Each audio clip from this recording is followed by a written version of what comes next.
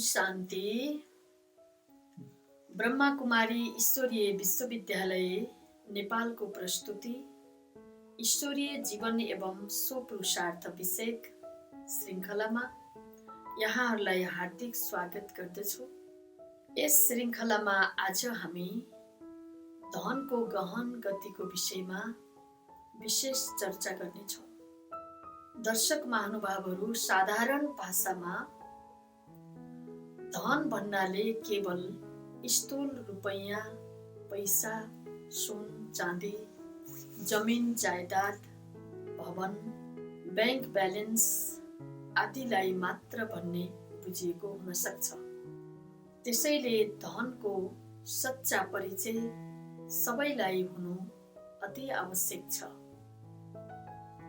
ती साधनहरूको साथसाथै ती भन्दा पनि सूक्ष्म, गहन र महत्त्वपूर्ण सामग्रीहरूलाई आर्जन गर्नका लागि मानव जीवनका धनहरू यस प्रकार छन्। सबभन्दा पहिलो धन छ भगवान प्राप्तिको धन। यो जस्तो मूल्यवान धन अरू कुनै पनि हुन सक्दैन। परम प्राप्ति भगवान प्राप्तिभित्र सर्वधनम प्राप्तिले भरपूर भएको मानिन्छ। दोस्रो छ समयको धन। समय रूपी धनलाई जसले जीवनमा सदुपयोग गर्दछ उसलाई अन्य सम्पूर्ण धन आर्जन गर्न आशीर्वाद प्राप्त हुन्छ। समय रूपी धनलाई नेक्स्ट टु गॉड पनि भनिन्छ। तेस्रोमा छ संकल्प रूपी धन। भनाइ नै छ याज you think so you become. जीवनमा हाम्रो कर्म गति अनुसार संस्कार बन्दछ। संस्कारको गुणस्तर अनुसारको संकल्प चल्दछ।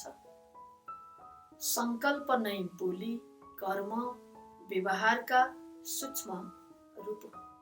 चौथो धन छ तन रूपी धन। अर्को छ बोली वचन रूपी धन, जन रूपी धन। यी सबै धनहरूलाई मानवले आफ्नो जीवनमा कसरी प्रयोग गर्छ त्यस अनुसारको उसलाई प्रारब्ध मिल्दछ। समय रूपी धन।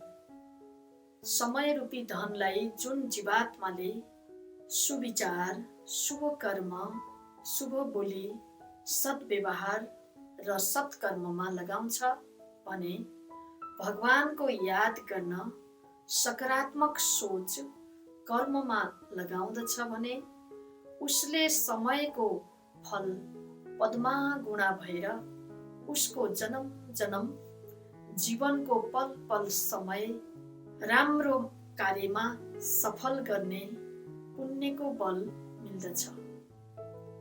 जन्म जन्म अझै विकसित गर्दै जान्छ। जसले समय रूपी धन दुरुपयोग गर्छ, व्यर्थ, नकारात्मक, दुःखदायी, हानि नोक्सानीमा, बर्बादीमा खर्च गर्छ, उसलाई पनि त्यसको फल पद्मागुणा भएर अनेक जन्म समय खेर फाल्ने बल मिल्दछ। जन्म जन्म पतन र घाटाको बाटोमा गुज्रिन बाध्य हुन्छ। त्यसै गरी संकल्प रूपी धन, जसले परमात्माको यादमा योग भाइब्रेसन, सकाशमा शुभ भावना, विश्व कल्याण अर्थ सदुपयोग गर्छ, उसलाई संकल्प रूपी धनको पद्मागुणा फल बनेर मिल्दाखेरि अनेक जन्म शुभ र कल्याण चिताउने मन, कपट र कालो नभएको सुखी र खुसी सन्तुष्ट मन प्राप्त हुन्छ। जसले संकल्प रूपी धनलाई नकारात्मकतामा दुरुपयोग गर्छन् उनीहरूलाई जन्म जन्म नराम्रो सोचेर सधैँ दुखी, असन्तुष्ट, पिरो लिने, दर्दयुक्त, पीडायुक्त मन भएर जीवन गुजार्नु पर्ने हुन्छ। त्यसै गरी तन रूपी धन संसारमा कर्म गर्ने एउटा इन्स्ट्रुमेन्ट हो। यसलाई शुभ कार्यमा शिव बाबाको श्रीमत अनुसार परम पुण्य कार्यमा सफल गर्यो भने भविष्य जन्म जन्म सर्वाङ्गीण सुन्दर स्वास्थ्य शालीन सुशील बलियो तन्दुरुस्त शरीर पद्मा गुणा फल बनेर प्राप्त हुन्छ।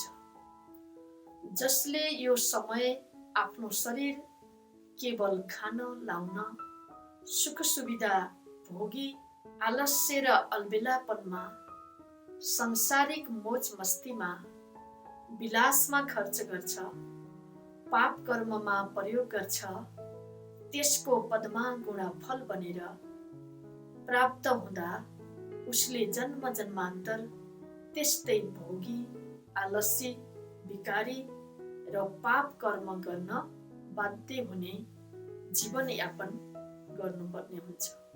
आदरणीय महानुभावहरू, त्यसै गरी जसले जीवन रूपी धन आफ्नो शुभचिन्तक स्वजन मित्र सम्बन्धी साथीहरूको साथ हात भरोसा सेवा सुसार पाएर पनि त्यस बल भरोसा मौका चान्सलाई भगवानको सेवामा सर्वको शुभ कार्यमा भलाइ अर्थ निस्वार्थ रूपमा सदुपयोग गरेमा त्यसको पद्मा गुणा यिनीहरूकै सम्बन्धी साथीहरूबाट जन्म जन्मान्तर सुख शान्ति समृद्धि एकता र सन्तोष प्राप्त हुन सक्छ भने यदि दुरुपयोग गरी ती जनको खेदो गर्न पछार्न अपमान गराउने निराश र हताश बनाउन खोस्न शोषण अत्याचार गर्न